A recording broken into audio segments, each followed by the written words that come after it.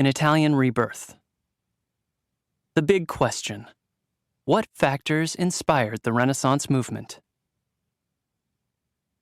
Art, literature, and architecture are forms of expression.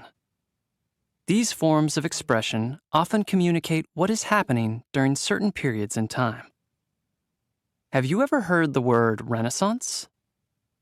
The word Renaissance means rebirth and comes from both the French and Latin languages. This word Renaissance describes a cultural movement that began in what is now Italy and then spread throughout most of Europe. This was no ordinary change, but rather a revolutionary movement that led to the creation of art, the likes of which the world had never seen before.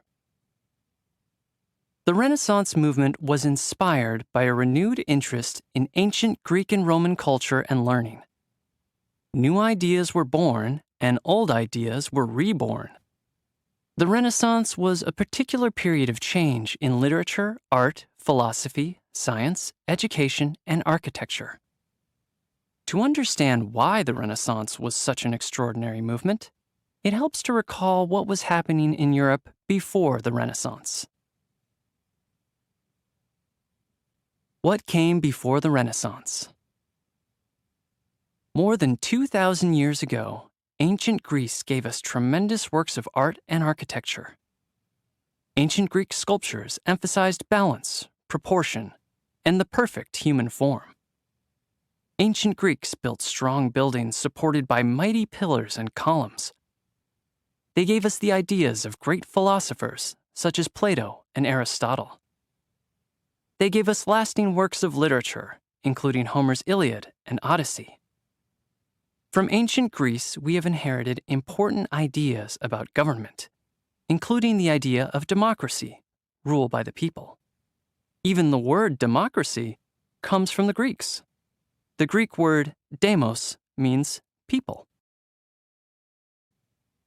Later, the ancient Romans built upon the ideas and achievements of the Greeks. Like the Greeks, Romans prized sculptures with mythological themes. The Romans also built great structures, such as the Colosseum, and perfected the use of the arch and dome. They left us powerful literature, such as the Aeneid by Virgil. The mighty Roman armies conquered lands and established a vast empire. Eventually, different warring tribes invaded the Roman Empire, weakening Rome's power. These warring tribes sought land. The resulting instability greatly diminished the influence of ancient Rome. Slowly but surely, new cultural groups, no longer bound by ties to Rome, began to define themselves. The great Roman Empire declined and was eventually divided in half. Moving on. Across Western Europe, during the time that is considered to be the start of the Middle Ages, kingdoms and nations began to take shape. Trade, economy, laws, and systems of government were established. Cities and towns grew. Architectural styles and designs, among other forms of expression, became unique to the people of a particular land. While the cultural achievements of the Greeks and Romans were admired, new homegrown ideas began to thrive. Knowledge of the writings of the ancient Greeks and Romans was left in the hands of the few educated elite and in religious houses called monasteries. Some men and women devoted their lives to the church. Men called monks lived in monasteries. Women called nuns lived in convents. The monks made beautiful copies of writings from ancient Greece and Rome. If you wanted to make another copy of a book, you had to do it by hand. There were no printing presses, and of course, no copy machines or scanners. And so, quietly, and in some ways secretly, the monks helped keep classical learning alive. Passing the torch. Monarchs and the Christian Church established laws and a sense of order. The Church was a powerful influence throughout Western Europe during the Middle Ages. With its rituals and teachings, the Church was a very important part of the daily lives of medieval people. Everyone from rich noblemen to poor peasants gave money, materials, and sometimes their labor to help build the magnificent churches of the Middle Ages. During the Middle Ages, impressive castles were constructed across the European landscape. Kings battled each other for land, and nations were born. People thought a lot about the path to heaven. Art was created to honor God or to communicate stories from the Bible, which was important because few people were able to read during this time. To express religious devotion, medieval artists created stylized religious figures and moved away from the natural human form, common in ancient Greek and Roman art. But as you know, history does not stand still. Things change and new ideas emerge. And so along came the Renaissance movement. But how and why the Renaissance movement emerged is the question. Petrarch and humanism. During the 1300s, there was a great Italian poet named Petrarch. He admired the classical values and teachings of ancient Greece and Rome. He filled his library with as many ancient books as he could find. He invited others to read and study these books as well. Over the years, more and more people had the opportunity to learn about the literature, art, and government of ancient Greece and Rome. These people who admired ancient Greece and Rome were called humanists. Their intellectual and cultural interest in the art, literature, and government of ancient Greece and Rome was known as humanism. Under the influence of the humanists, many artists, philosophers, and scientists studied the works produced by the ancient Romans and Greeks. A study of the past prompted many to examine the present, and an increased interest in certain subjects led to a greater understanding of the world at large. For example, some scientists, such as Copernicus and Galileo, looked to the heavens and the stars. They made astonishing discoveries. Others looked to nature and the physical earth. And so, the Renaissance movement was born. In particular, breathtakingly beautiful art was produced. Renaissance artists developed techniques that allowed them to paint the human form in a much more realistic way. Humanists promoted the power and unique talents of the individual, both in terms of intellect and ability, but also in terms of the human form itself. An Italian architect, Leon Battista Alberti, summed up what you might call a Renaissance motto. Men can do anything with themselves, if they will. William Shakespeare, the English playwright, wrote, "What a piece of work is a man!" The great minds of the Renaissance expanded the themes of their work beyond the biblical to include those of history, science, and literature. As a result, the people of the Renaissance made their mark upon the earth.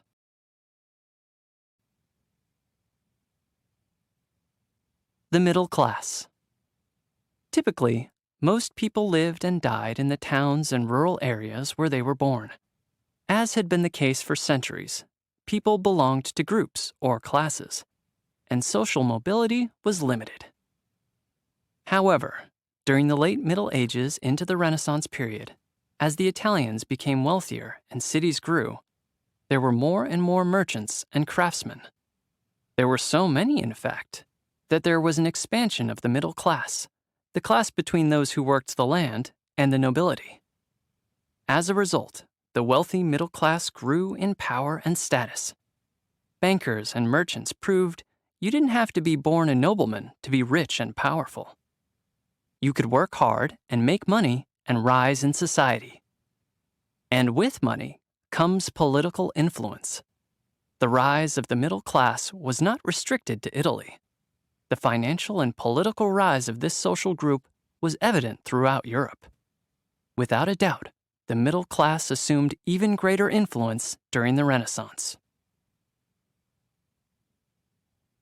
Patrons, dollars for scholars. So what do merchants and money have to do with the Renaissance? These wealthy merchants could read and write, although most people could not. As a result, Some merchants or businessmen became interested in literature and art. Of course, most of them were so busy running their businesses that they didn't have time to write books or paint. But they had enough money to help others write, study, and create works of art. Some of the merchants became patrons of the writers and artists. For example, a rich banker might ask an artist to paint portraits of his wife and children. The banker would pay for the portraits. In addition, he might provide the artist with food, clothing, and a house while he worked. With the support of such rich patrons, many artists were able to explore their ideas and develop their skills. They no longer had to worry about how they were going to eat or where they were going to sleep. Later, you will read more about the Medici family, one of the most influential banking families and art patrons of all time. And what did the patrons get out of all this? What was their reward for paying artists to create paintings, statues, books, and buildings? The patrons became famous. The works of art they commissioned signaled their power, prestige, and importance. They were admired and celebrated for the works they paid to have created. The artists and writers also made their mark in history. Shakespeare, perhaps the greatest writer of all, had royal and noble patrons, but it is his name that we remember today. The world was indeed changing. Exquisite works of art were created by people so extraordinary that it would be wonderful to have a time machine to take us back in history to meet them. But as we do not, we will just have to turn the pages of this book to learn about them instead.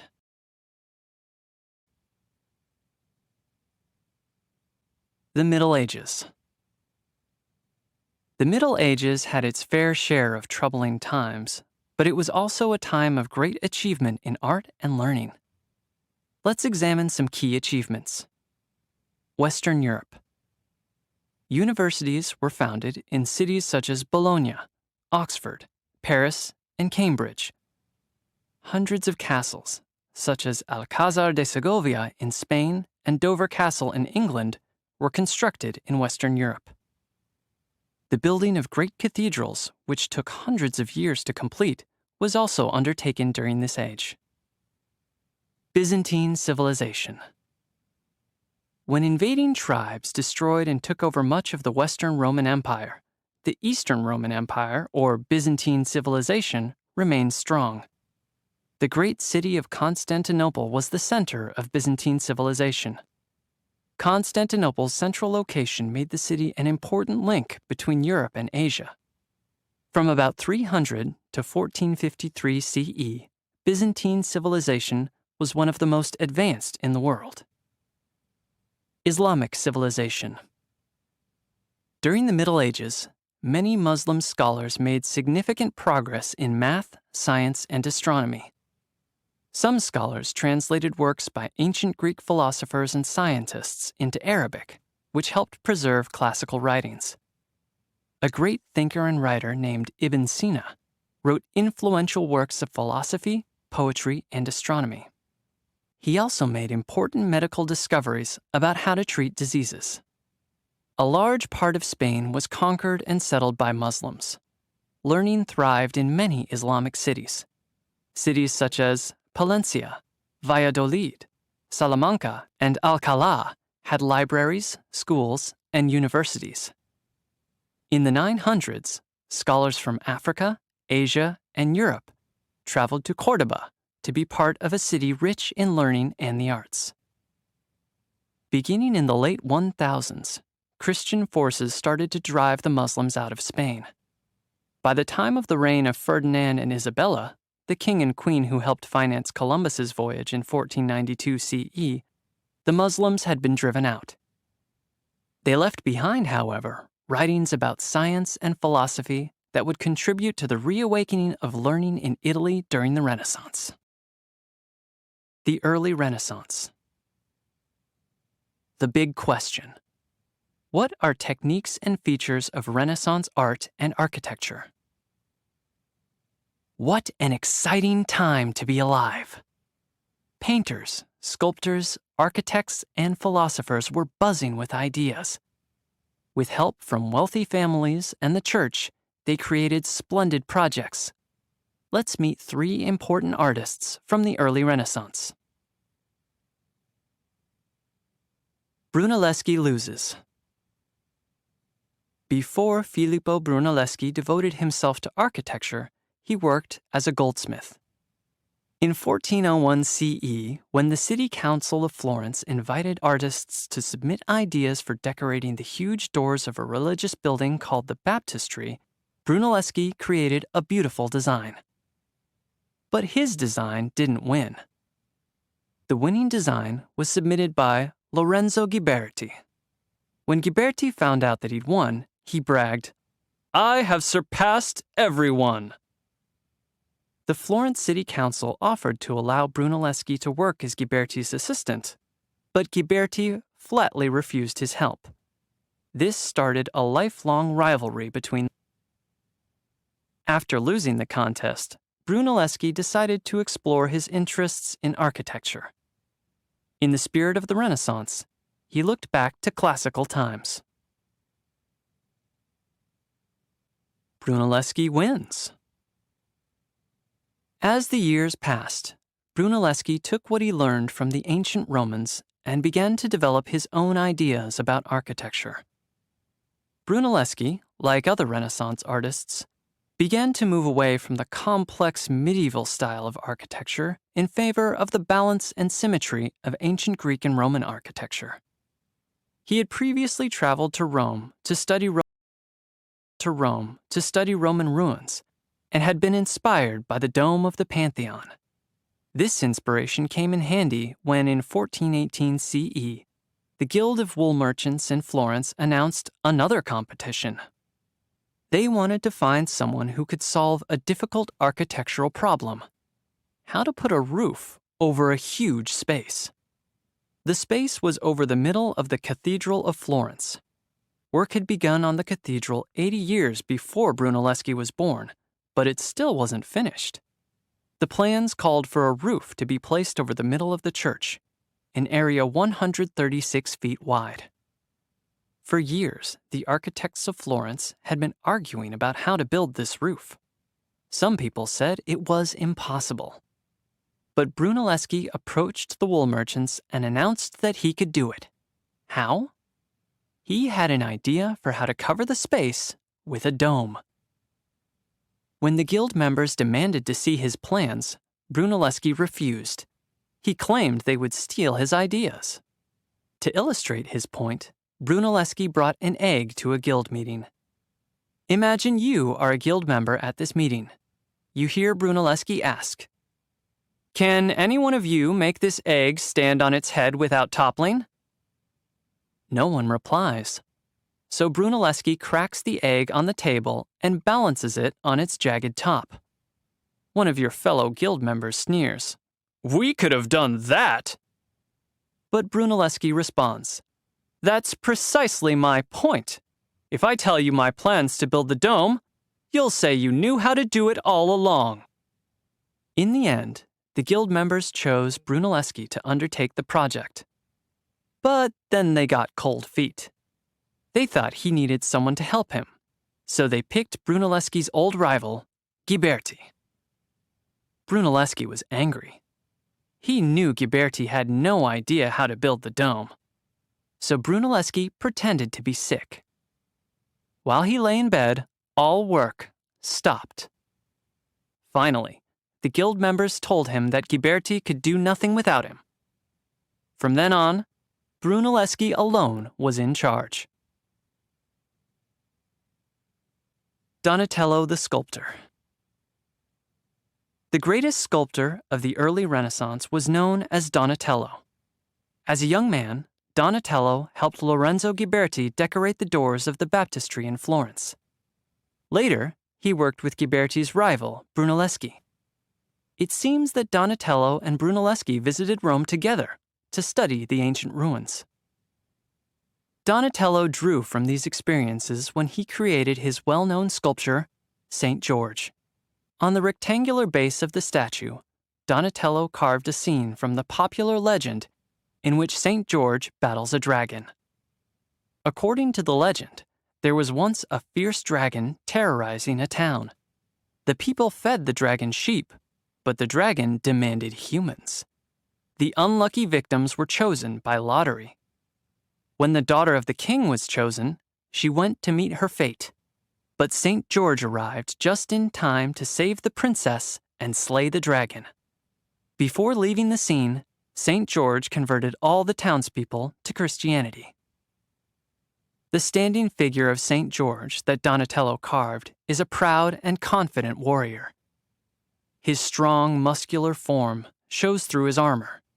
His watchful eyes and his slightly turned stance make him seem ready for whatever challenges may come his way. In this strong, watchful warrior, the people of Florence must have seen the embodiment of their own spirit.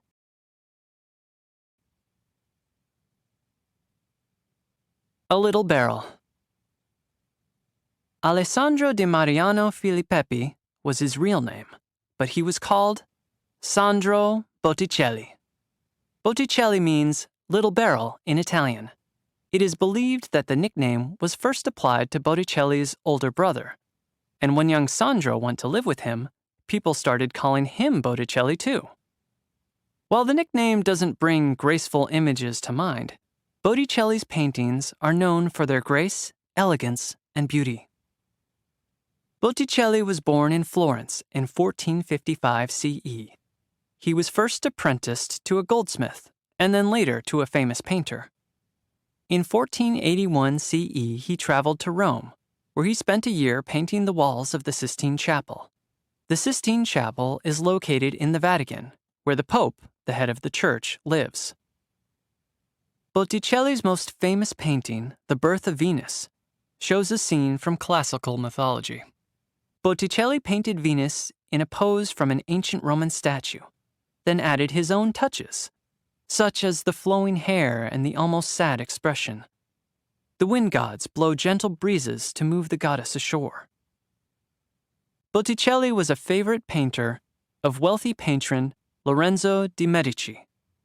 Lorenzo and his family were one of the most influential banking families and art patrons.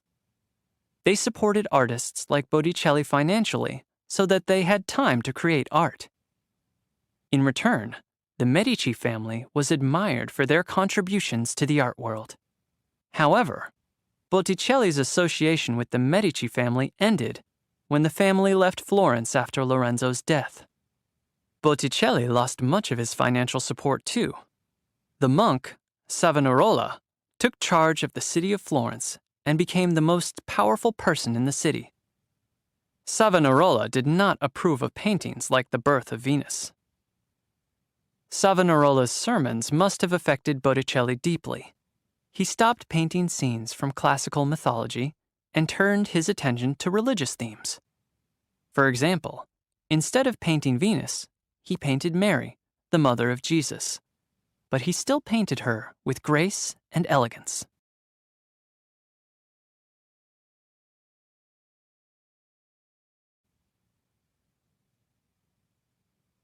The power of perspective. The architect Brunelleschi inspired Renaissance artists when he developed the mathematical rules for perspective, a way of showing depth on a flat surface. Brunelleschi observed that when we look at things, objects that are close look bigger, while those that are far away look smaller.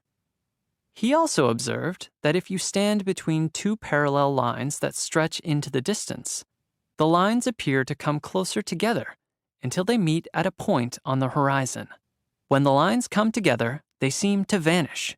So this point is called the vanishing point. These mathematical rules, or instructions on how to achieve a sense of perspective, were published. Even today, artists use these rules to create a sense of depth and space in their work. When applied, these rules are a tool for directing the viewer's eyes to the most important subjects of a painting. This is in direct contrast to art from earlier times, such as the Middle Ages, when depth and space were not highlighted. The Renaissance painter Raphael, in his painting The School of Athens, used the structure of the building and the pattern of the floor to create a sense of perspective. 3. The Spirit of the Renaissance. The big question. How is the spirit of the Renaissance represented in Leonardo da Vinci's ideas and accomplishments? I don't know why I let you talk me into this, Master Leonardo, Carlo grumbled as he dragged an enormous contraption up the steep rocky hill. Leonardo da Vinci laughed quietly and said, "Here, let me help." He steadied one huge wing of the flying machine as he walked alongside his servant.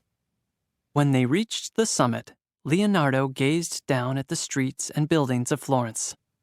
"Ah, Carlo, in a few moments you will be sailing over our fair city," he said. "Master," Carlo sighed, "I wish it were you who could experience that pleasure." Leonardo fastened the straps around his servant's thin shoulders and waist. "Done!" he cried as he tightened the last leather tie. "Master," Carlo protested, "I look like a giant dragonfly." "Hush! If this works, your name will be known throughout history," replied Leonardo. "If it doesn't work, I'll be history," exclaimed Carlo. Leonardo led Carlo to the edge of a high cliff. Carlo peered over, then made the sign of the cross.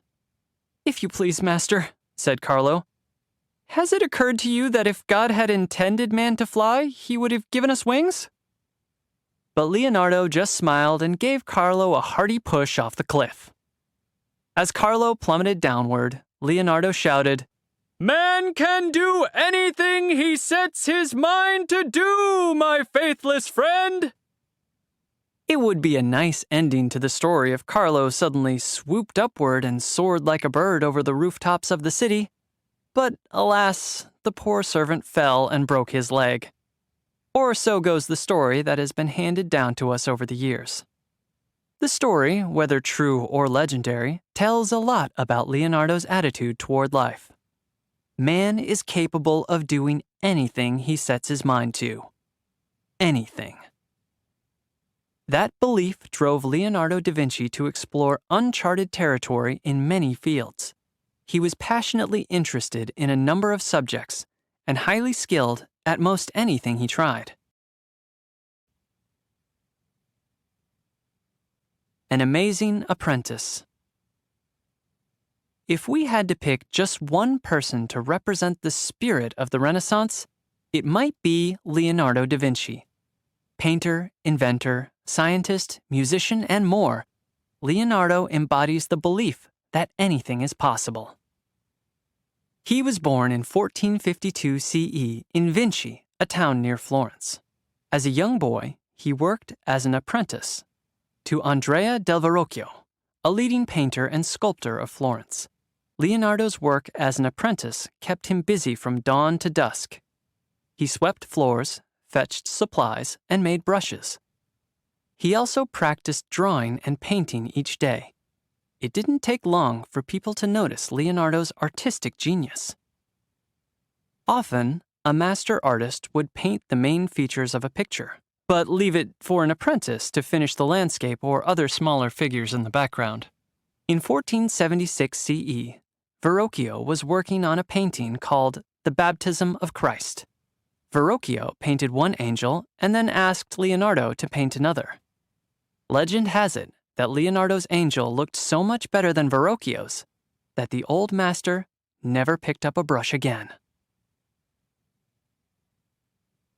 Leonardo in Milan. When Leonardo was about 30 years old, he was invited to work for the Duke of Milan. While he lived in Milan, Leonardo continued to make works of art. But the Duke also employed him as a military engineer. Although Leonardo called war beastly madness, he designed some very dangerous weapons, including an armored cart that resembled a tank. When the Duke wanted to impress his fellow noblemen, he asked Leonardo to organize spectacular festivals. Leonardo created fancy stage sets and selected the music. He even designed costumes. While employed by the Duke of Milan, Leonardo constructed a huge monument made of terracotta, a clay-like material. The monument was in the shape of a horse, and was to feature the Duke of Milan's father as the writer. The gigantic clay model was supposed to be cast in bronze, but the Duke wound up using the bronze to make weapons for war. Worse yet, French soldiers invading Milan used the clay horse for target practice and completely destroyed it. The painter at work. In Milan, Leonardo was kept busy working on all kinds of projects, including designing a whole new plan for the city. But did he ever find time to paint? Yes, indeed he did. While he lived in Milan, Leonardo created one of his greatest paintings, The Last Supper. The painting was commissioned by the Duke of Milan. It shows Jesus having supper with his closest friends. Some scholars believe, in particular, Leonardo focused on the betrayal of Jesus Christ and the part of the story when Jesus made the shocking announcement, "One of you will betray me." Leonardo attempted to capture the very moment when the 12 apostles, Jesus' closest and most trusted followers, heard those words. How do you paint 13 men at a table and still show all their facial expressions? Leonardo decided to place the apostles in groups of 3, with Jesus seated alone in the middle. Notice how the artist isolates the figure of Judas, the betrayer of Jesus. Judas leans back, away from Jesus. Leonardo paid careful attention to the men's faces and their gestures, especially their expressive hands. He wandered the streets of Milan, searching for exactly the right faces and right poses to use as models for the people in this picture. The Last Supper is painted on the wall of a dining hall in a monastery. While Leonardo worked on the painting, the head of the monastery, called the prior, became impatient for him to finish. He complained that Leonardo was lazy and that the artist was spending too much time wandering the streets looking for the right face for Judas. Leonardo admitted that it was taking him a long time to find the right face for Judas. But he said to the prior, "If you're in a great hurry, then I could always use your face." It took 2 years, from 1495 to 1497 CE, to finish The Last Supper. The painting made Leonardo famous throughout Europe. Other artists and engravers made copies of it for hundreds of years. But the painting itself did not last very long. Leonardo experimented with a new fresco technique, using oil and varnish mixed in with his colors. The paint absorbed the moisture from the wall and crumbled over time. Recently, artists and scientists who specialize in restoring old paintings have used advanced techniques to try to make The Last Supper look more like Leonardo's original creation. Putting things in perspective. The Last Supper is painted on a 14 by 30 foot wall. The wall, of course, is flat, but the painting seems to have depth. It almost seems as if you could walk through the open window into the landscape in the background. To create a sense of depth in a painting, Leonardo used perspective. You can see how Leonardo directs the viewer's eye toward Jesus. In The Last Supper, Leonardo followed the rules of perspective developed by Italian artist and architect Brunelleschi. If you were to extend the lines of the ceiling to the horizon, they would meet at a vanishing point in the center of the painting, somewhere behind the head of Jesus.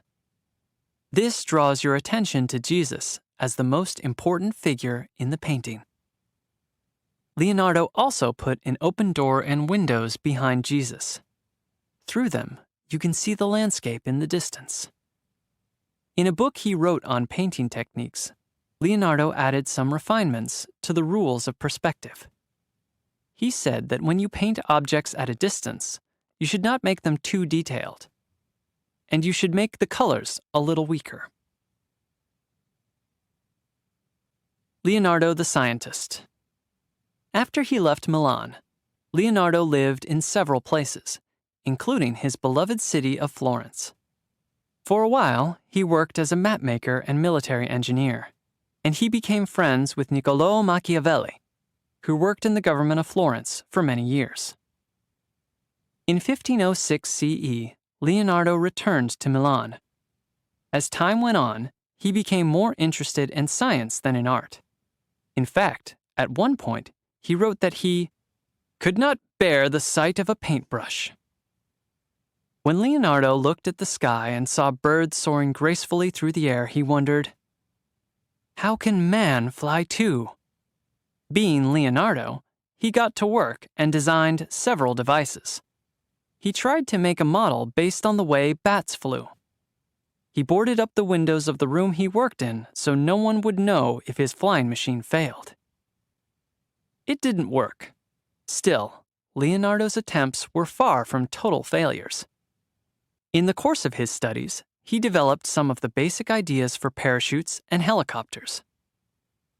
Leonardo explored almost every field of science, including optics, geology, botany, physics, and engineering. He made great advances in the study of anatomy.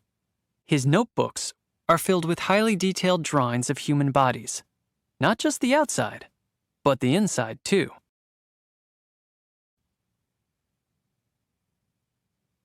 Are you smiling at me?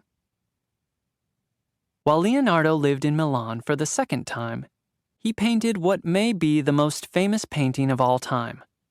It is a portrait called Mona Lisa. For many years, no one knew the identity of the woman in the picture. However, it is now believed to be Lisa Gherardini, wife of a Florentine cloth merchant named Francesco del Giocondo. For hundreds of years, people have been fascinated by the Mona Lisa. Look at the way she smiles. Leonardo added to the mystery of Mona Lisa by painting an unusual, misty-looking landscape in the background. If you look closely, you will notice that Leonardo used an interesting technique called sfumato. Sfumato is a way of painting that creates smooth changes between different areas of color and shading in a picture. The end result is a soft, hazy, smoky look, the perfect background for this mysterious woman. Last years. Leonardo lived in troubled times. When fighting broke out again in Milan, he moved to Rome and worked for Pope Leo X. But the Pope seemed to favor other artists of the day. So when King Francis I invited him to France, Leonardo left Italy, never to return. He advised the French king on many architectural projects before he died in 1519 CE. Leonardo da Vinci was a man whose boundless curiosity, multiple talents, and visionary imagination summed up the spirit of the Renaissance. Mirror writing. Leonardo da Vinci constantly wrote in notebooks that he carried everywhere he went. In these notebooks, he recorded his ideas, questions, and sketches. At least 10,000 pages of words on every imaginable topic. But if you want to read them, you will need a mirror. Leonardo wrote from right to left, so all the letters are reversed. Michelangelo and Raphael. The big question. How is the spirit of the Renaissance represented in the artistic achievements of Michelangelo and Raphael? One day, a group of boys were called to the home of the incredibly important Lorenzo de' Medici. What could a man so rich and powerful, a man people called the Magnificent, want to tell these boys? Lorenzo looked at the boys and made an announcement. "You see this stone figure?" he said, pointing to an ancient Roman statue of a nature god called a faun. "A brilliant sculptor created this piece centuries ago. I want each of you to carve a statue exactly like this one." Some of the boys groaned. Lorenzo paid no attention. "Work quickly and accurately," he said. "The young man who produces the best sculpture wins a place in my art school." Some time later, as Lorenzo strolled through his courtyard, he spotted one boy whose work looked far superior to the rest. He turned to his assistant and asked, "Who is that child? Look at how he has carved the head of the faun. It's difficult to tell his work from the real thing." The assistant checked his list. Let's see. Michelangelo Buonarroti, second son of former small-town mayor. Family is from minor nobility. Mother died when the boy was 6. Not a very good Latin or Greek scholar. Ran away from school a lot. Ran away? Yes, it seems he sneaked away from school to go to the churches, where he spent hours drawing copies of the paintings. Ah, a true art lover, said Lorenzo. Well, his father isn't. The father is upset that Michelangelo works as an apprentice in Ghirlandaio's studio. He thinks he should pursue a different profession. Lorenzo walked up to Michelangelo and gazed at the fawn's head the boy had carved. That's a lovely sculpture, Lorenzo commented. Then he said, Young man, come live in our home and learn what you can from us. Lorenzo de' Medici's invitation was a great honor, but Michelangelo's father wasn't thrilled. His father changed his mind, however, when Lorenzo offered him a job and gave Michelangelo a beautiful cloak and a handsome sum of money. The Medici family was powerful and influential. They were involved in trade and banking. In the Medici household, Michelangelo discussed art and literature with the finest minds of the time. He studied the old masters in sculpture and painting. His stay with the Medici family launched his career in the art world.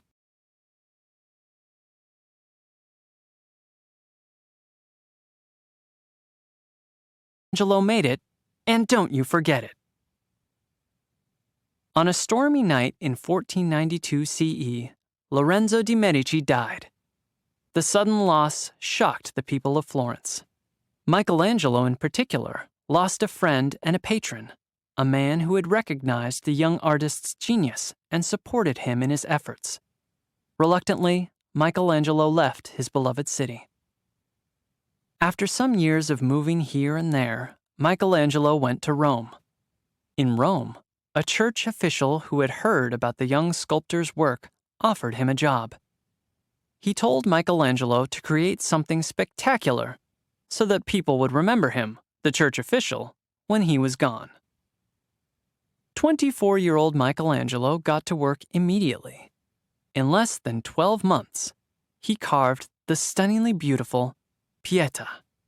The sculpture shows Mary, the mother of Jesus, holding her son across her lap just after he was removed from the cross. The Pietà was placed in a great church of the Vatican in Rome, St. Peter's Basilica. Once, when Michelangelo went to St. Peter's to look at his creation, a group of visitors stood in front of it, trying to guess who carved the amazing work. No one guessed Michelangelo. That didn't make Michelangelo happy. Later, in the middle of the night, he returned to the basilica with hammer and chisel in hand. So there would be no question in the future. He carved his name on the sash that runs diagonally across Mary. As far as anyone knows, this is the only piece of art Michelangelo ever signed.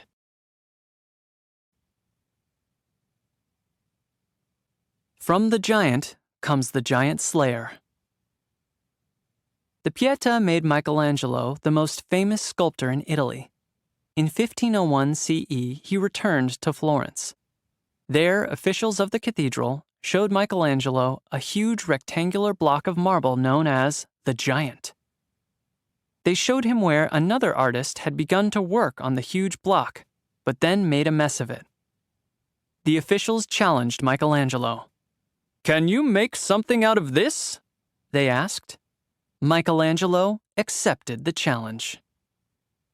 From the 20-foot block, he set out to carve a huge statue of David, the biblical hero who had used his slingshot to slay the giant enemy, Goliath. It took Michelangelo 2.5 years to complete his statue of David. The figure stood almost 14 feet high and weighed 11,000 pounds. Like ancient Greek statues, Michelangelo's David shows a strong, muscular human form, almost a picture of perfection, a figure full of power and grace. Church patronage, Julius II and Michelangelo. Pope Julius II was a man of great ambition, determination, and energy. When his mind was made up, you wouldn't want to be in his way. And he had a terrible temper. In other words, he was a lot like Michelangelo. So when these two powerful personalities came together, sparks were bound to fly. Julius asked Michelangelo to come to Rome to construct a colossal tomb for him that would be built under the dome of St. Peter's Basilica. Julius was not modest. He wanted to be sure people remembered him. Michelangelo agreed and set to work hauling in tons of stone from the cliffs of Carrara, where he spent his childhood. After great labor and expense, Michelangelo filled St. Peter's Square with blocks of marble. But then Julius gave an order to stop work on this expensive project. He also refused to pay Michelangelo. An angry Michelangelo packed his bags and headed back to Florence. An even angrier Julius sent a messenger to demand that Michelangelo return to Rome. Michelangelo told the messenger he would return when the Pope paid what he owed him, and stuck to his promises. Did the Pope apologize and pay Michelangelo, and did everyone live happily ever after? Definitely not. Julius sent furious commands to the leaders of Florence. "Send Michelangelo back to Rome," he said, "or I will send my armies to get him." A Florentine leader who was also a friend of Michelangelo suggested he return to Rome. After all, he told the angry artist, Florence did not wish to go to war for Michelangelo's sake. Painting the Sistine Ceiling. It took months, but eventually Michelangelo did go back to Rome. When he arrived, the Pope had a job waiting for him.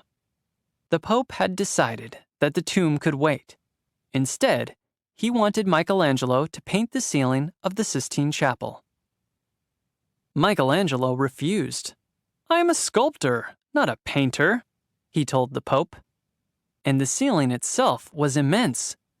A huge, high, curved surface covering more than 5,800 square feet, about twice as big as a tennis court. Michelangelo urged the Pope to give the job to someone else, but the Pope insisted. Michelangelo reluctantly agreed. Years before, when he worked as an apprentice, Michelangelo had learned the technique of fresco painting. In fresco painting, the artist applies a coat of wet plaster to a surface, then paints on the plaster. As the paint and plaster dry together, the painting will become a permanent part of the wall, or in this case, the ceiling. Michelangelo prepared to start the monumental task of painting the ceiling of the Sistine Chapel. From the beginning, he and the Pope disagreed. Julius wanted the ceiling to portray the 12 apostles. Michelangelo wanted to paint scenes from the Old Testament, from the biblical story of creation to the story of Moses. At first, Michelangelo got help from several Florentine painters, but one by one he sent them away. He was a perfectionist. No one could meet his standards but himself. So he had to complete the grueling work on his own. From a scaffold high above the floor, Michelangelo had to bend and reach to paint the ceiling above his head. His neck and back ached terribly. His eyes grew strained.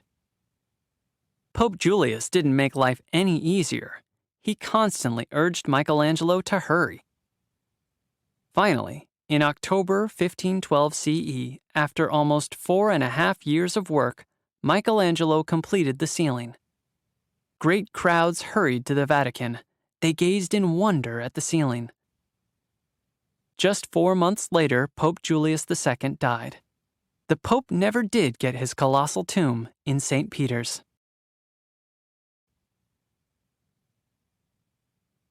The Great Raphael. Raphael was another talented artist of the period. He was born Raffaello Sanzio in 1483 CE. He was younger than both Leonardo and Michelangelo. Raphael lost both of his parents at an early age. By 11, he was on his own, working as an apprentice in a busy art studio. In 1504 CE, when Raphael was 21, he moved to Florence, where Michelangelo and Leonardo were already living. There, he studied the techniques of the older artists and learned to use them in his own paintings. Remember, in those days, artists supported themselves by getting commissions from patrons. The wealthy people of Florence were eager to own beautiful paintings. By the time Raphael arrived, both Leonardo and Michelangelo were not painting as much. As he aged, Leonardo grew more interested in math and science and was reluctant to paint at all. Michelangelo's energies were consumed by big projects assigned to him by the Pope.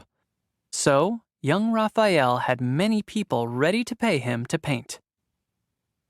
While in Florence, Raphael created at least 17 paintings of the Madonna, or Mother of Jesus, and the Holy Family for various individuals. If you look at one of Raphael's Madonnas and compare it to a Madonna painted during the Middle Ages, you'll see how people's view of the world changed in the Renaissance. In the medieval image, the Madonna looks a little stiff. But the painting wasn't intended to be lifelike. Its main purpose was to express religious devotion. However, Raphael's painting is different.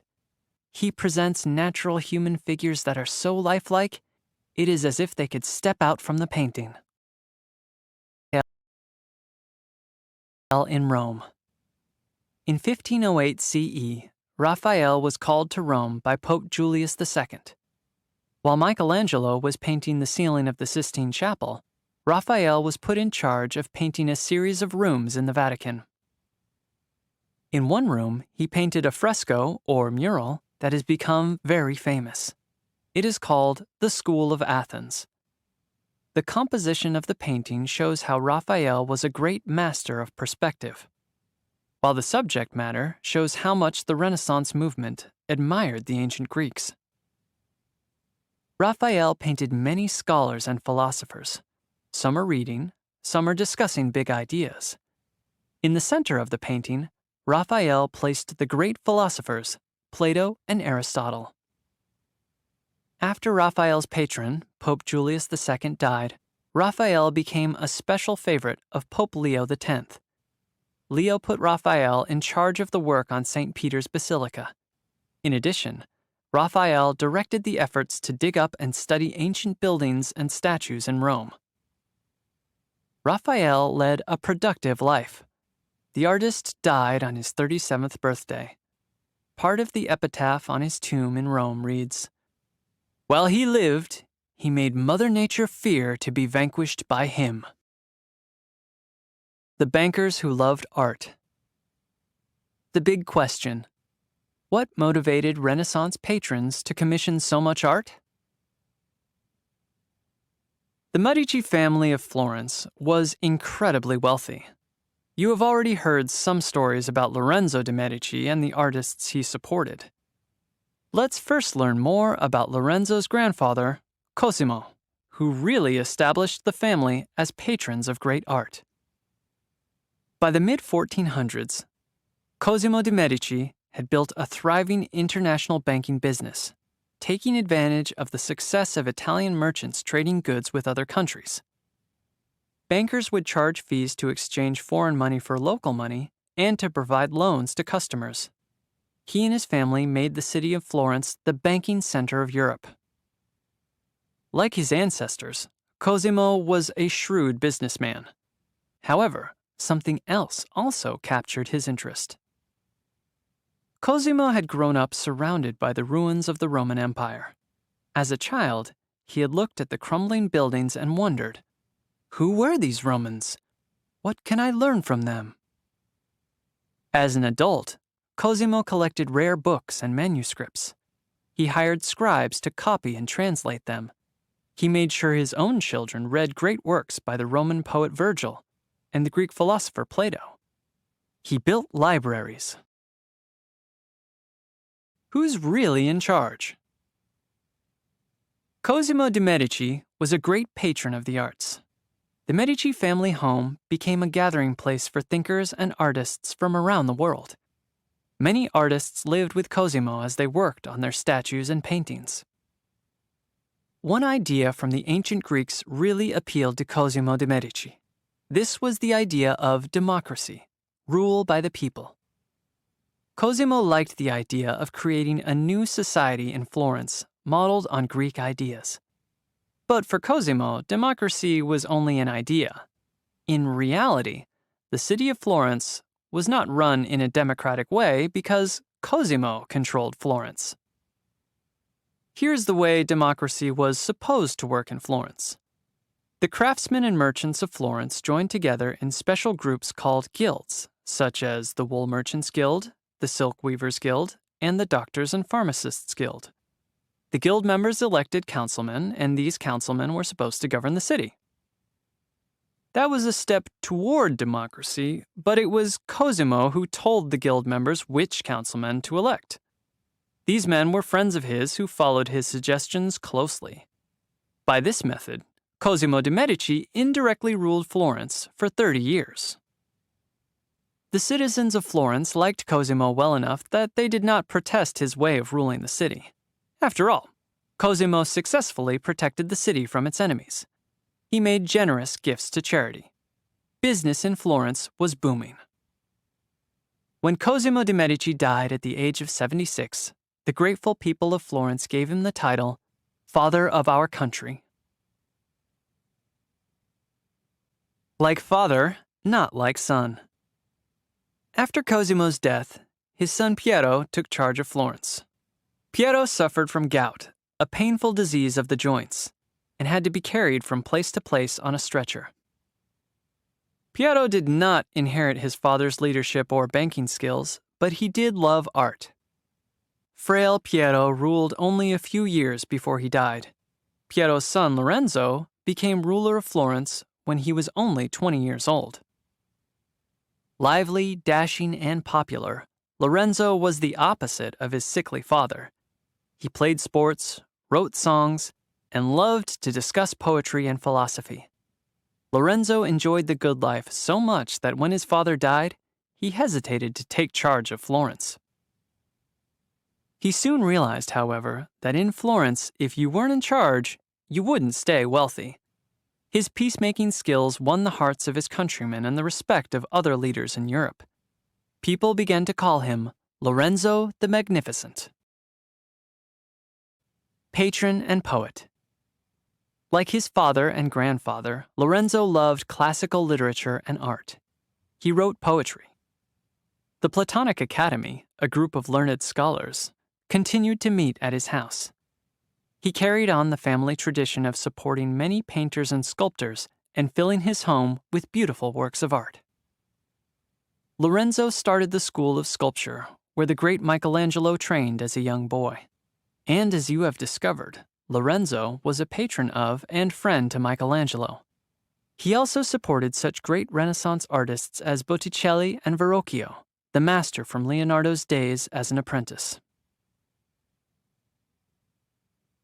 Severe Savonarola. Lorenzo had ruled Florence for about 10 years when the monk named Savonarola came to the city. Little did Lorenzo know the trouble this man would bring.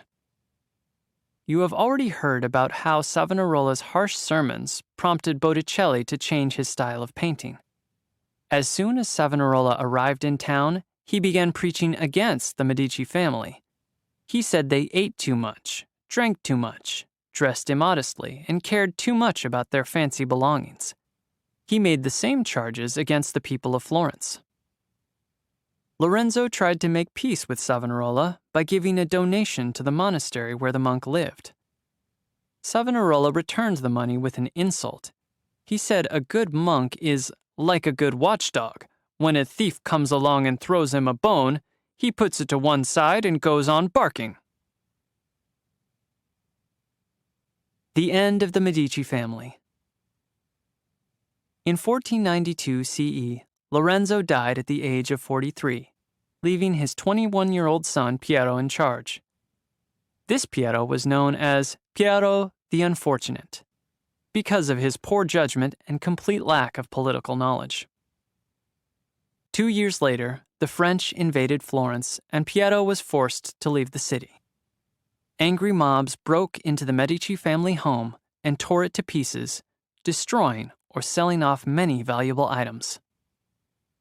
After Piero's departure, Savonarola took charge of the city for a while. He had a grand plan to turn Florence into a model city of Christian virtue. But his expectations were too high and his rules were too strict. For example, he sent out bands of men who patrolled the streets and carried sticks to beat anyone whose clothing they thought was too fancy. Although Savonarola's message was harsh, many people listened to him.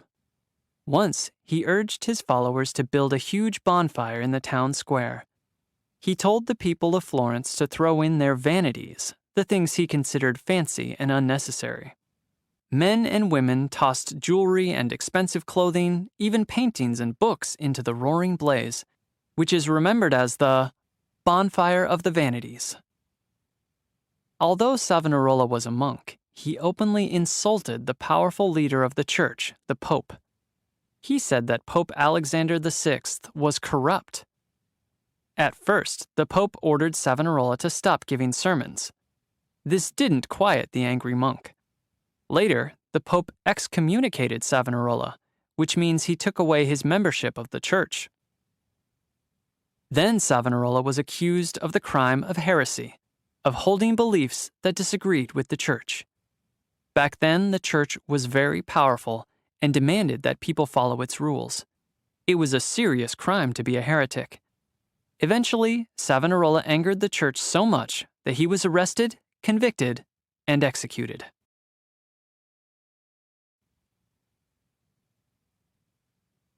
From Florence to Rome. The main activity of the Renaissance now moved from Florence to Rome. Rome was the headquarters of the church and home to the Pope. From 1450 CE on, one pope after another took on the role of patron of the arts. Like the wealthy businessmen of Florence, the popes in Rome supported artists in their work. Why? Pope Nicholas V said that when people saw the spectacular works of art created with the church's support, they would better appreciate the magnificence and power of the church. The popes called many artists to Rome and set them to work on some of the most beautiful paintings, sculptures, and buildings of all time. Rome replaced Florence as the cultural center of the Renaissance. The Vatican and St. Peter's today. The Pope lives in the Vatican, a short name used for the Palace of the Vatican. This huge building contains the official home of the Pope, as well as many museums, chapels, church offices, and a library. It is located in what is now called Vatican City. Vatican City used to be part of Rome, but now it's a separate country. That's right. Vatican City is a country. In fact, it's the smallest independent country in the world. One of the most important buildings in Vatican City is St. Peter's Basilica, which was designed and built mostly during the Renaissance. Venice, the floating city. The Republic of Venice, a great trading center of the Renaissance, was a city-state north of Florence and Rome. Venice is perched on the Adriatic Sea between Europe and Asia. In the Middle Ages, the merchants of Venice were trading in Constantinople and as far away as China. The Venetians loaded their ships with silver, wine, and woolen cloth from Europe, as well as fine glassware produced in Venice, to trade with merchants to the east. They returned with silk and porcelain from China, or spices from the East Indies. By the 1400s, Venice was known for more than just trading. It had built a fleet of ships and won battles to take over neighboring city-states. Venice became very wealthy and powerful. During the Renaissance, wealthy Venetians not only supported many artists, they also built a city that is a work of art. Venice is a city on the water, not just near, but on the water. The city rests on more than 100 small islands. To connect many of the islands, the Venetians built bridges as well as a maze of narrow waterways. These waterways, called canals, crisscrossed the city and made it possible to get from one little island to another. The most famous of the canals, the Grand Canal, winds through the city for about 2 miles. Even today, people travel on the canals in long, sleek, flat-bottomed boats called gondolas. At the heart of the city's life was the huge open area called St. Mark's Square, where thousands of pigeons flock before the doors of the magnificent church called St. Mark's Basilica. The Master of Color. Titian was considered to be the greatest Venetian artist of the 1500s. He is perhaps best known for his use of vibrant color. Titian's portraits reveal his ability to capture his subjects' personalities. As well as people, his paintings often contain mythological and religious themes. 6.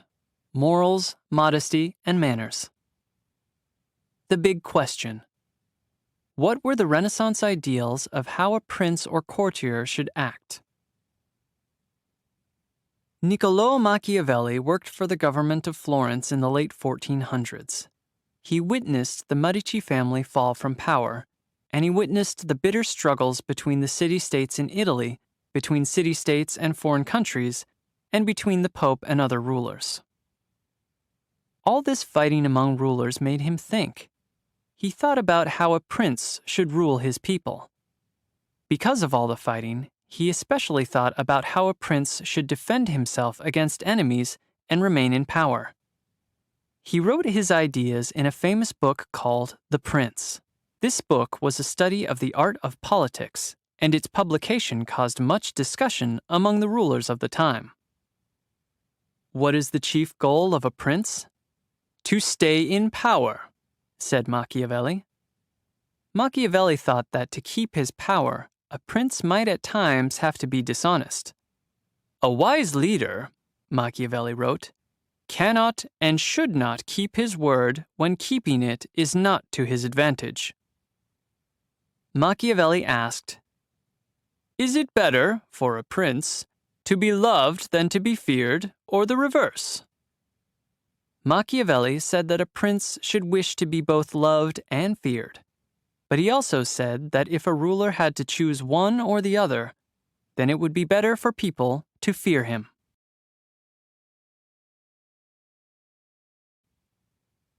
These ideas and others were misinterpreted and have given Machiavelli a bad reputation over the years. Even today, if you describe someone as Machiavellian, you mean that person is crafty, sneaky, power-hungry, and willing to use any means to achieve his or her ends. Get real. Some historians think Machiavelli doesn't deserve his bad reputation. They say he was a wise man who preferred government in which the people had a say, as it had been back in the Roman Republic. They say that in The Prince, Machiavelli was just being realistic. He was simply writing about what men do rather than what they should do, and the challenges of governing a large population. But others disagree. They think that Machiavelli had a too dark and pessimistic view of human nature. They think that people aren't as bad as Machiavelli thought. The Bad Borgias. When Machiavelli wrote about princes who didn't keep their promises, he often had the Borgia family in mind. Many historians agree that the Borgias were often cruel, dangerous, and violent people. Rodrigo Borgia, who became Pope Alexander VI, holds the unpleasant reputation of being one of the most corrupt popes of all times. In The Prince, Machiavelli wrote this about Alexander VI. There never was a man more effective in swearing that things were true, and the greater the oaths with which he made a promise, the less he observed it. Rodrigo's second son, Cesare Borgia, was considered to be a brute. Unfortunately, he was put in charge of an army. Machiavelli traveled with Cesare at times and was impressed by his military skills. Cesare knew how to get power and keep it. He ruthlessly tried to conquer everything that lay in his path. When Cesare decided he wanted to take possession of the city of Camerino, he visited his friend, the Duke of Urbino. Cesare asked to borrow all of Urbino's cannons so he could use them to attack Camerino. The Duke, a trusting man, agreed to Cesare's request, but that night, Cesare marched back into his friend's city and conquered Urbino with its own cannons. Later, Cesare went on to capture Camerino by deception too. He negotiated with the rulers of the city. If they would surrender, then Cesare promised to let them off easily. They agreed to surrender. Then, Cesare betrayed them. As soon as Cesare and his army entered the city, he gave orders for the rulers to be killed. Fortunately, the Borgias did not stay in power long.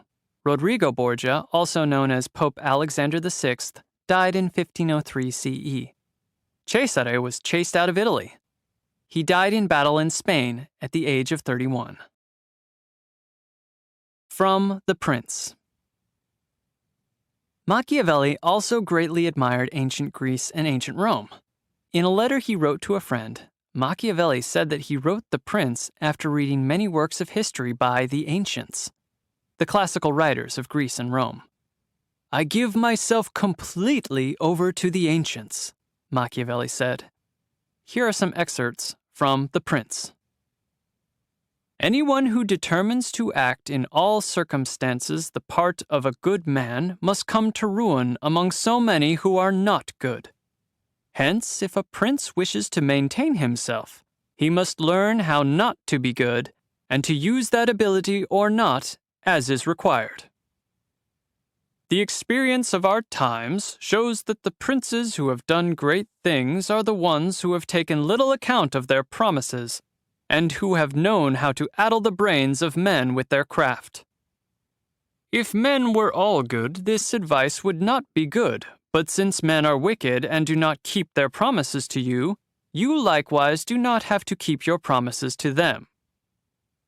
So far as he is able, a prince should stick to the path of good, but if the necessity arises, he should know how to follow evil." Castiglione and the Courtier. In the early 1500s, Baldassare Castiglione wrote the Book of the Courtier. It's commonly known as the Courtier for short. In great detail, the book describes how the ideal courtier should behave. What's a courtier? The word court is in courtier. There is the kind of court where trials take place with a judge and sometimes a jury.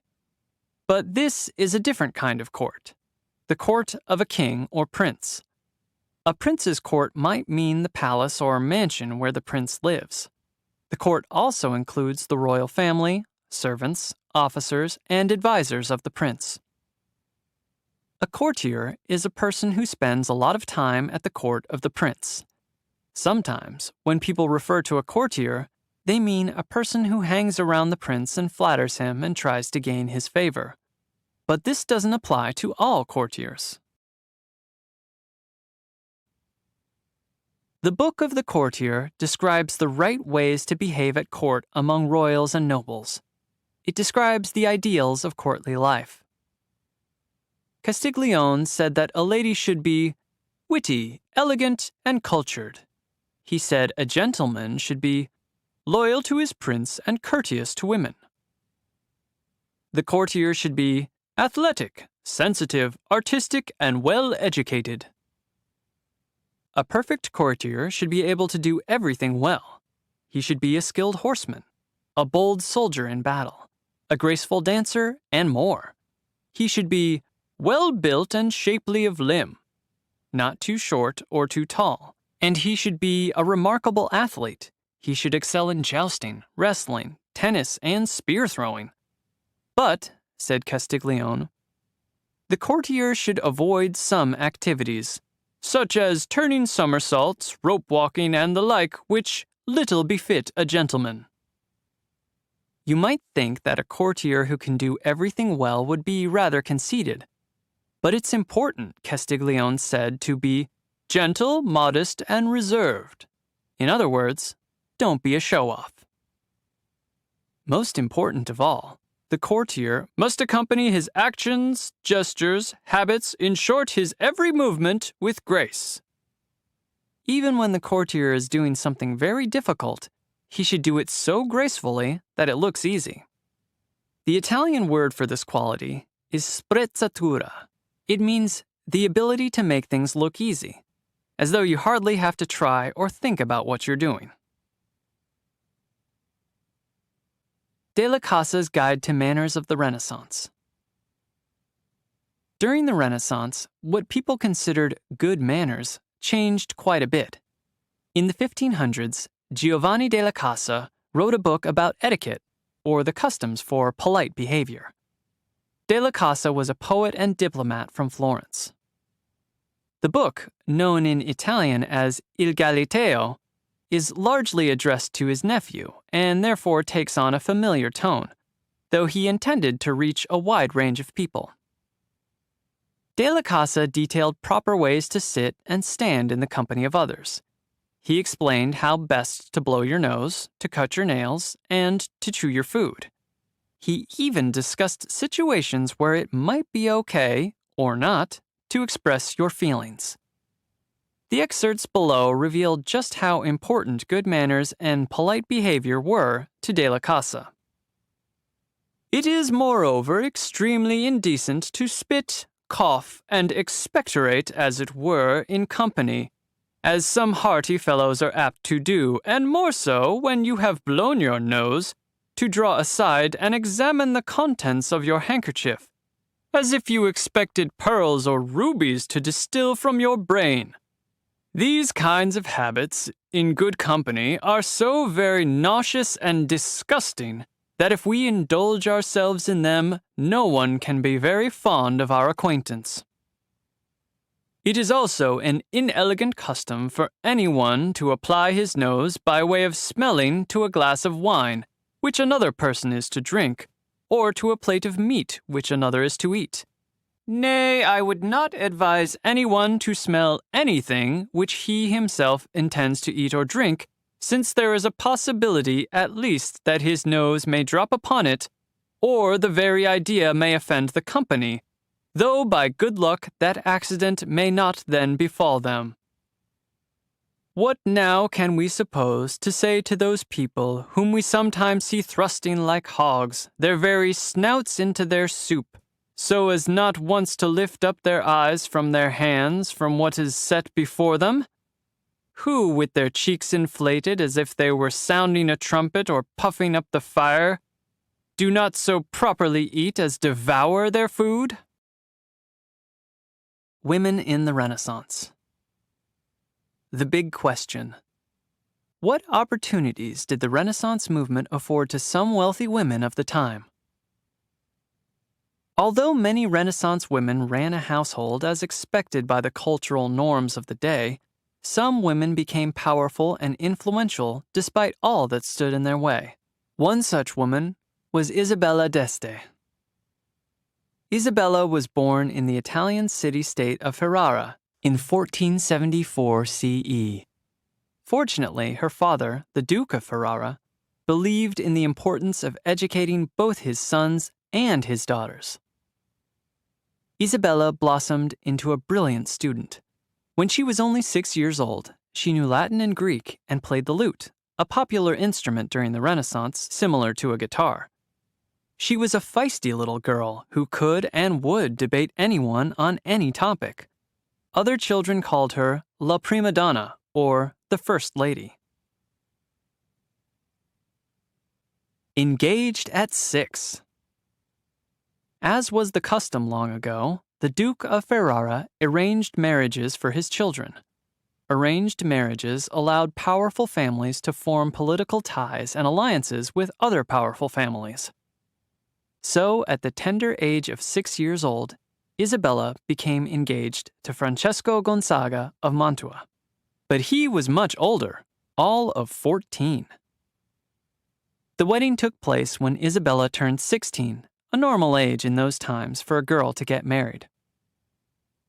Through this marriage, Isabella became related to many ruling families in Italy. After Isabella moved to Mantua, a beautiful city in northern Italy, she wasted no time getting involved in the politics of the city. Francesco was often away fighting one battle after another with various city-states and countries. When Francesco was out of town, Isabella skillfully governed the people. In 1509 CE, while Francesco was leading troops against the city of Venice, he was captured and put in jail for several years. With Francesco gone, it might have seemed like a good opportunity to the princes of unfriendly city-states to try and take over Mantua. But Isabella made it clear to potential enemies that she was very much in charge and they had better not try anything. While Francesco was in prison, she managed to fight off enemies and form strong alliances with other rulers. Once released from jail, Isabella's husband left to fight more battles. He fought against the French for a few years and died in 1519 CE. After that, Isabella led Mantua on her own. She kept her enemies out and made certain that both Mantua and her home city of Ferrara stayed independent and unharmed.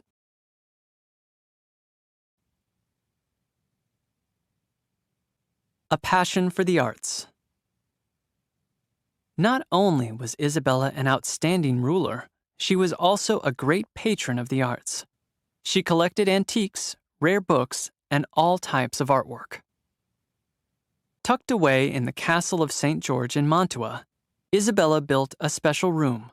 She called it her grotta, which means cave. This treasure chamber contained the works of many of the great artists of the day. Gorgeous paintings hung on the walls of the grotta. In beautifully carved wooden cabinets, she kept ancient coins and medals, precious jewels and gemstones. Sculptors, writers, and painters visited Isabella's home often. She employed many of them. In fact, for many years, she tried to persuade the great Leonardo da Vinci to paint her portrait. All she could get him to do was a drawing. At one point, he made the excuse that he was too busy working out geometry problems to stop and paint. Finally, Isabella paid another great Renaissance artist, Titian, to capture her likeness on canvas. Titian did too precise a job. His portrait accurately portrayed Isabella, who was 60 years old at the time. When she looked at the picture, Isabella became furious and demanded that he repaint it. On his second try, Titian wisely made Isabella look a good 20 years younger. Isabella didn't forget her fellow women either. She started a school where young girls could learn Greek, Latin, the arts, philosophy, and literature. Isabella was an unusual woman for her time. She is justly remembered as the First Lady of the Renaissance. Noblewomen. Renaissance women inspired writers to create poetry, sculptors to fashion statues, and artists to paint beautiful portraits. However, the sculptor's chisel and the painter's brush were mostly kept out of the hands of women. Although Renaissance men believed they could do almost anything, they didn't think the same of women. Men of the Renaissance believed that a young woman born into a noble, wealthy family had 3 duties. 1. She should marry a rich man from an important family. 2. She should be loyal to that husband. And 3. She should give him sons. Overcoming obstacles. Some women overcame the obstacles of their time and became respected artists in their own right. Well known for her portrait work, Sophonisba Anguissola, 1530 to 1625 CE, is one of the earliest known female artists. Most female artists of the time were the daughters of painters. However, Sophonisba's father was not a painter, but a wealthy nobleman. The oldest of 7 children, Sophonisba had 5 younger sisters and a brother. Her father, Almicare Anguissola, read and lived by the famous words of Castiglione's The Courtier, including the importance of educating young women. Both Sophonisba and her sister Elena lived and trained with prominent local artists. Under her father's encouragement, Sofonisba received early inspiration from notable artists including Michelangelo. As a young artist, Sofonisba trained 3 of her younger sisters to be painters.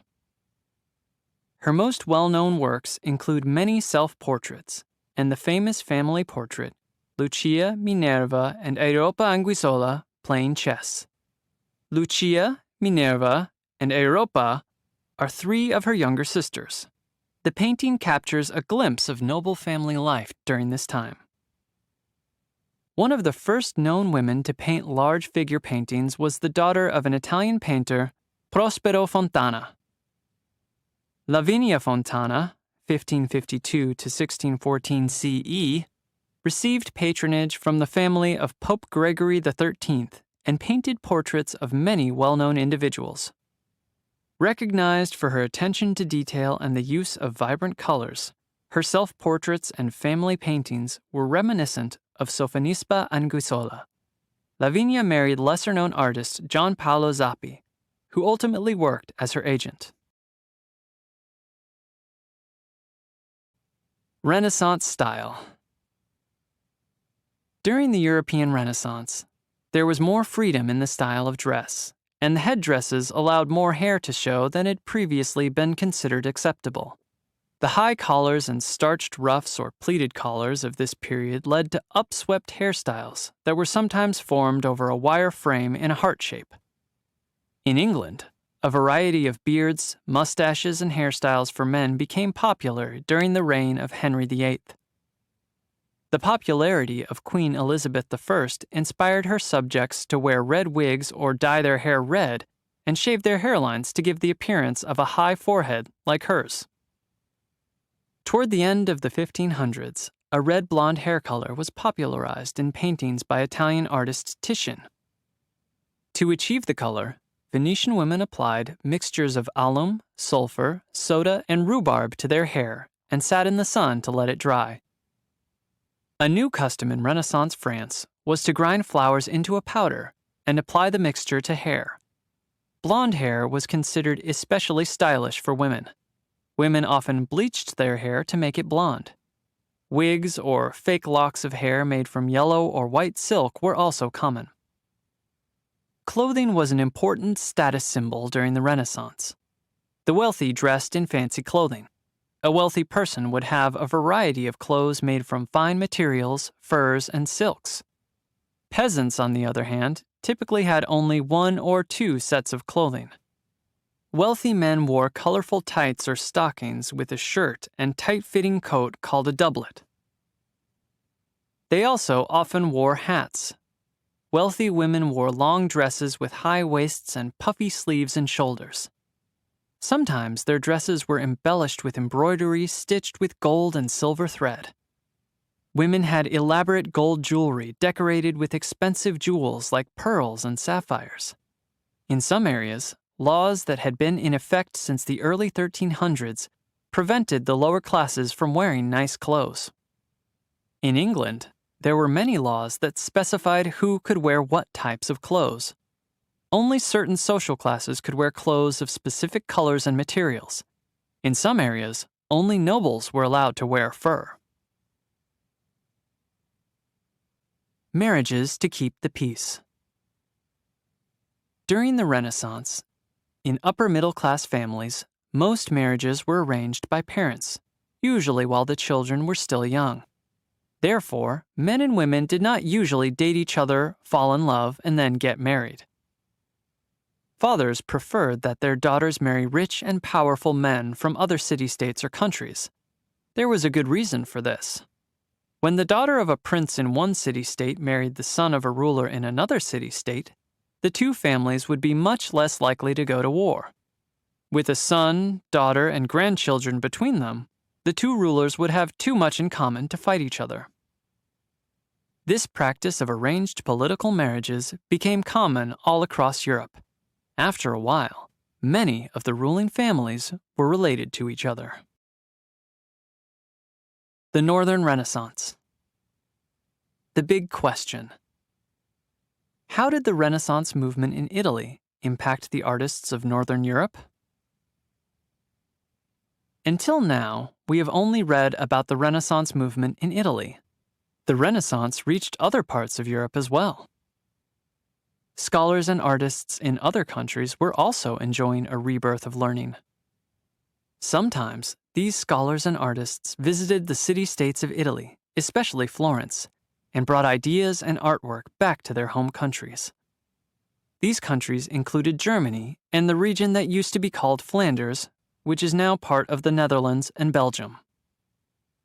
We are going to read about 4 painters. 2 were German and 2 were Flemish, which means they were from Flanders. Because they lived in countries north of Italy, people often say they are part of the Northern Renaissance. The Master of Detail. Jan van Eyck was born in about 1390 CE. He lived in Flanders. Van Eyck's countrymen called him the King of the Painters. He is one of the early figures involved in the Northern Renaissance. Van Eyck painted at about the same time that Brunelleschi was working as an architect in Italy. Van Eyck developed new kinds of oil paint that gave his pictures a sharp and brilliant look. He discovered new ways to show light and texture in his paintings. He could realistically portray the tiniest details in a painting. In a painting of Giovanni Arnolfini, a portrait that Van Eyck painted for an Italian businessman living in Flanders, Van Eyck emphasized the texture of the subject's clothing, as well as the light pouring through the open window. Dürer, Self-Portrait of the Artist. Albrecht Dürer was born in 1471 CE to Hungarian parents living in Germany. He was just a little older than Michelangelo, who was born in 1475 CE. Dürer was fascinated by the artistic developments happening in Italy at the time. He made 2 trips to Italy in order to learn as much as he could from the great masters. Dürer was a proud supporter of the Renaissance movement. The very fact that he painted so many portraits and self-portraits demonstrates his desire to understand the humanity of his subjects. It shows his belief in the importance of the individual, especially one particular individual, himself. Dürer began sketching himself when he was only 13 and would continue to capture his likeness in self-portraits throughout his career. In the self-portrait he painted in 1498 CE, Dürer shows himself as a handsome young man with a taste for fine clothes. It is a painting that reveals how much he has been influenced by his Italian masters. In the famous self-portrait painted in 1500 CE, Dürer looks directly at us with bold, confident eyes. Many portraits at the time showed the person from the side or a 3/4 angle, rather than head-on. Dürer perfected the art of portraiture. His keen artist's eye captured not only a range of human expressions and emotions, but also that of skin tone and texture. Dürer was not only a great painter, he was also a master of the art of making prints with woodcuts or engravings. As a young apprentice, he learned how to make woodcuts by carving pictures in blocks of wood, as well as engravings by using a sharp tool to cut an image into a metal plate. He would spread ink on the carved wood or the metal plate, then print the image on paper. Dürer's woodcuts and engravings made him famous, partly because they could be quickly and easily reproduced, so many people could see them.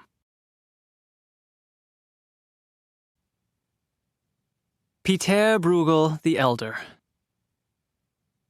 Pieter Bruegel the Elder was born in the city of Antwerp, which is in the country we now call Belgium. He is called the Elder because his son, Pieter the Younger, was a painter too. Like Venice and Florence in Italy, Antwerp was a busy trading city with many banks and businesses, which meant there were many wealthy people ready to buy works of art. Most of these people wanted paintings in the style of the great Italian masters, such as Michelangelo and Raphael. So Bruegel traveled to Italy to see what he could learn. When it came to painting, however, Bruegel went his own way.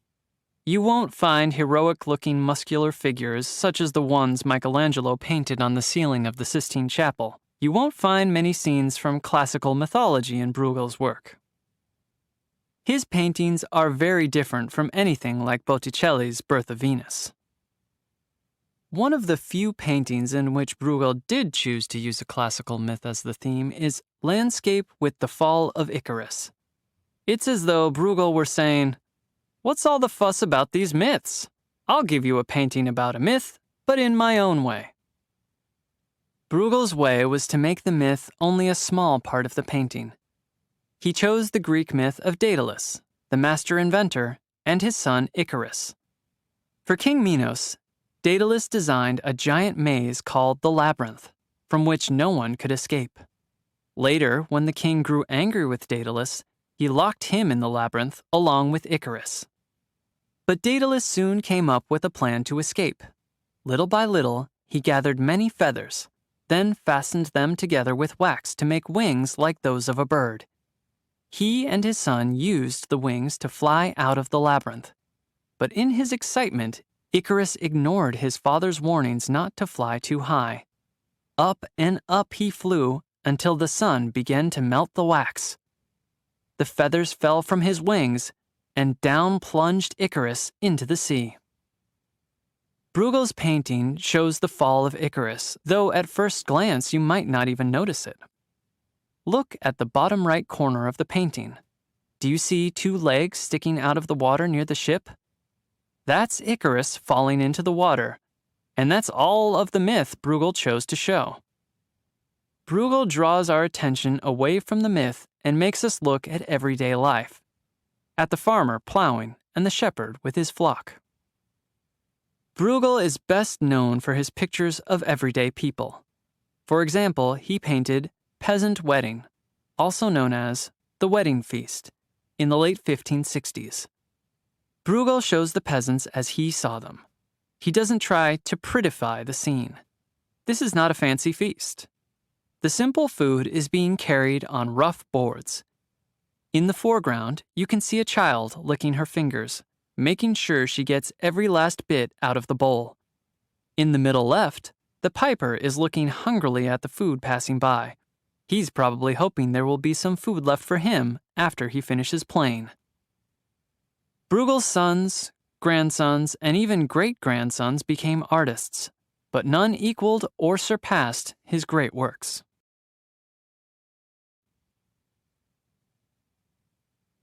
Hans Holbein, the Younger. German painter, draftsman, and designer Hans Holbein the Younger, 1497 to 1543 CE, came from a family of notable artists. His father, Hans Holbein the Elder, was a renowned artist. His uncle and brother were acclaimed artists too. Following the tradition of Albrecht Dürer, Hans Holbein the Younger was a master portrait artist. He knew many famous humanist scholars of the time and painted many of their portraits. For example, he created portraits of the great Renaissance scholar Erasmus and the English humanist Sir Thomas More. Hans Holbein the Younger was painting in Europe when religious division created a movement called the Reformation. He worked and painted at the court of King Henry VIII during this time of religious upheaval, when the English Church split apart from the Catholic Church and the Pope. He painted government ministers, church leaders, kings, queens, and at the time, controversial religious leaders. The leaders of the English Reformation asked Hans Holbein to create art that promoted the king as the new head of the church and the new religious movement. Art in every form was used to denounce the Pope and the old church. Men like Martin Luther and John Calvin challenged the authority of the Catholic Church, as well as its doctrine. Hans Holbein the Younger created a body of work that allows us to know the faces of the people who helped transform Western Europe. Popular prose on page and stage. The big question: how did writers such as Cervantes and Shakespeare embody the ideals of the Renaissance movement? Painting and architecture were features of the Renaissance, but so too was literature. Talented and highly original writers appeared, and their work transformed the literary landscape. Miguel de Cervantes was one of these writers. When Miguel de Cervantes published the first part of Don Quixote in 1605 CE, the novel was read widely by literate members of society. It became a popular novel in later centuries. It has been translated from Spanish into more than 100 languages. Only the Bible has been translated into more languages than Don Quixote. Bad luck trails a good man. Miguel de Cervantes was born in Spain in 1547 CE. As a young man, Cervantes published some poems. But he did not set out to be a writer. Instead, he became a soldier. He joined a Spanish regiment stationed in Naples. After 6 years as a soldier, Cervantes headed back to Spain. With him, he carried letters that gloriously described his military service. He thought these papers might help him find a good job when he got back home. Instead, the letters became quite a problem. This is what happened. Just off the coast of France, Cervantes' ship was attacked by pirates. When the pirates read the letters, they assumed they had captured an important and wealthy gentleman. They took Cervantes to Algeria, where they put him in prison and held him for a high ransom. He tried to escape many times, but never made it. Finally, after 5 years, Cervantes' family was able to scrape together the money to set him free. Back in jail. When a soldier with a distinguished war record returned from battle, he could usually get a good job with a nobleman. But Cervantes received no such reward. So there he was, 33 years old and out of work. What to do? Why not try writing again? And boy, did he write. Cervantes churned out dozens and dozens of poems and plays. Although people liked his work, he still didn't make much money. To put bread on the table, he took a job with the government. In one of his government jobs, Cervantes got into trouble again. He was working as a tax collector, a job that's not likely to help anyone win a popularity contest. Once, when he had collected a lot of tax money, Cervantes felt anxious about carrying it as he traveled along the roads. He left the money with an innkeeper he thought he could trust. When he returned to get the money, the innkeeper had run off with it. The government held Cervantes responsible for the stolen money. Since he couldn't repay it all, he was thrown in jail. Some people believe that while Cervantes was in jail, he came up with the idea for Don Quixote, and perhaps even wrote some of the book behind bars. When Cervantes published The History of Don Quixote de la Mancha in 1605 CE, it was well received. It made Cervantes famous, but not rich.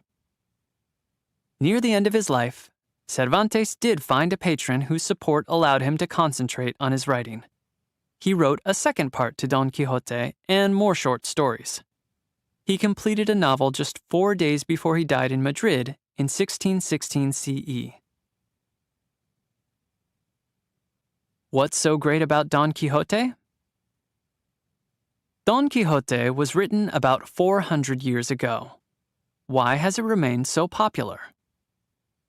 For one thing, much of the book is very funny. There's a story that once the King of Spain was looking out a window when he saw a man who, while reading a book, kept slapping his leg and roaring with laughter. "I'll bet," said the king, "that he's reading Don Quixote." Cervantes wrote Don Quixote to make fun of books about romance and chivalry. These books, which were very popular in Cervantes' time, told stories of brave knights in shining armor who set out to rescue damsels in distress. They were full of fantastic adventures, powerful magicians, fierce dragons, and brave deeds. And so Cervantes created Don Quixote. Don is a title of respect, like Sir in English. The Don is an elderly gentleman who loves to read romances about the knights of the Middle Ages. In fact, he reads so many romances that he loses touch with reality. He begins to believe the romances are true, that all the enchantments and battles and rescues really happened. Soon, he doesn't just want to read about knights anymore. Instead, he decides to become one. His goal is to wander the world in search of adventures and to gain fame and honor by his daring deeds. A man who attacks windmills may seem foolish, and Don Quixote does many foolish things. But the more you get to know Don Quixote, the more you begin to see that he is, at heart, noble and generous, sometimes a lot more noble and generous than the world around him.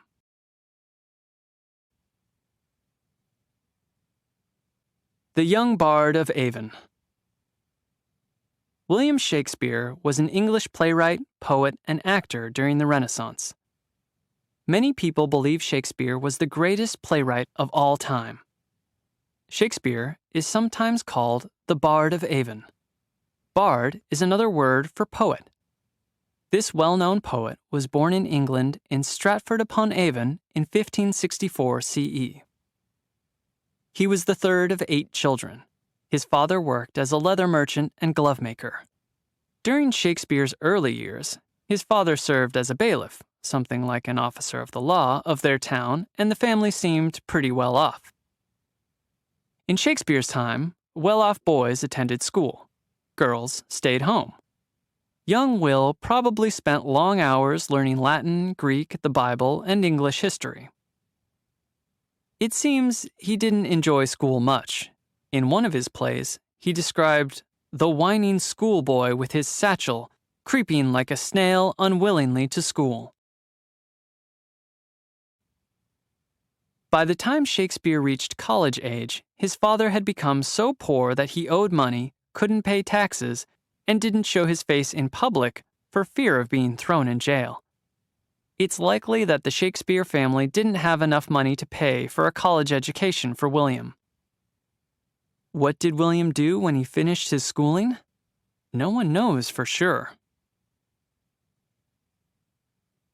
The Lost Years.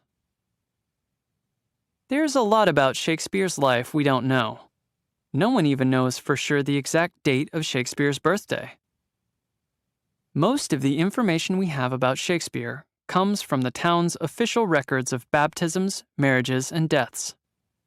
We also know a little from what his friends wrote about him. Over the years, scholars have closely examined the available documents, as well as Shakespeare's own writings, to put together a picture of the playwright's life. Sometimes, parts of the picture are missing, and then scholars have to use whatever evidence they have to make an informed guess. We do know that 18-year-old William married 26-year-old Anne Hathaway in 1582 CE. Over the next few years, Anne gave birth to their daughter Susanna, followed by twins, a daughter named Judith and a son named Hamnet. After the twins were born, Shakespeare did not linger very long in Stratford-upon-Avon.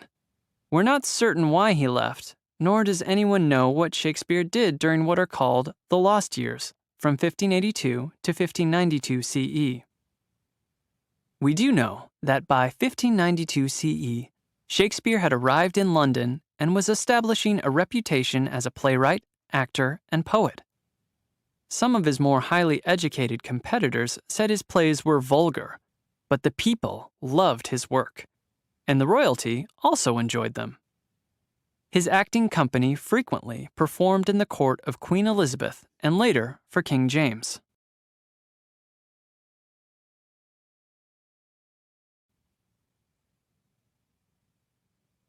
The Globe Theatre. Many of Shakespeare's plays were performed in the Globe Theatre, which was built in 1599 CE on the south bank of the Thames River in London. The Globe was a wooden circular building with an open courtyard in the middle. The theater could hold up to 2,500 people. People who didn't have a lot of money could pay a penny to stand in the yard and watch the play. They were called the groundlings. Richer people could buy seats in the galleries, which were along three sides of the theater and were covered by a roof to protect the audience from the sun or sudden rain. Performances were given only in daylight and only in good weather. A performance at the Globe was different from most theaters today. Audiences could be rude and noisy. It was common for viewers to shout comments and throw objects on stage. There were no curtains on stage and hardly any scenery. Although the scenery was simple, costumes were often quite fancy. In 1613 CE, a cannon fired as part of a performance of Henry VIII set fire to a thatched roof, and the theater burned to the ground. But if you visit London today, you can still see a Shakespeare play at the Globe. That is, at the New Globe Theatre. In the 1990s, the theater was rebuilt very near its original location. Scholars and architects worked together closely to make the New Globe as much like the original as possible. And so, as the bard himself said, all's well that ends well. Shakespeare's words. These phrases and lines come from the pen of the man most people consider the greatest playwright of all time, William Shakespeare. Along with the Bible, the works of Shakespeare have had a greater influence on English language and literature than anything by any other writers. Have you ever heard any of these expressions?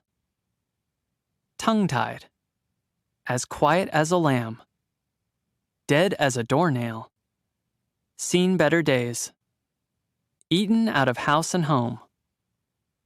Have you ever come across any of these famous lines? All's well that ends well. A horse, my kingdom for a horse. If music be the food of love, play on. Sweets to the sweet. Romeo, Romeo, wherefore art thou, Romeo? Something is rotten in the state of Denmark. To be or not to be, that is the question. Friends, Romans, countrymen, lend me your ears. All the world's a stage, and all the men and women merely players. Shakespeare wrote many poems, but he is best known for writing plays. When Shakespeare wrote his plays, England was ruled by Queen Elizabeth I and later King James I. Elizabeth was a powerful and intelligent leader, and very popular with the English people. The arts thrived during the reign of Queen Elizabeth. She filled her court with poets, playwrights, and musicians. If you haven't read one of Shakespeare's plays yet, you probably will soon.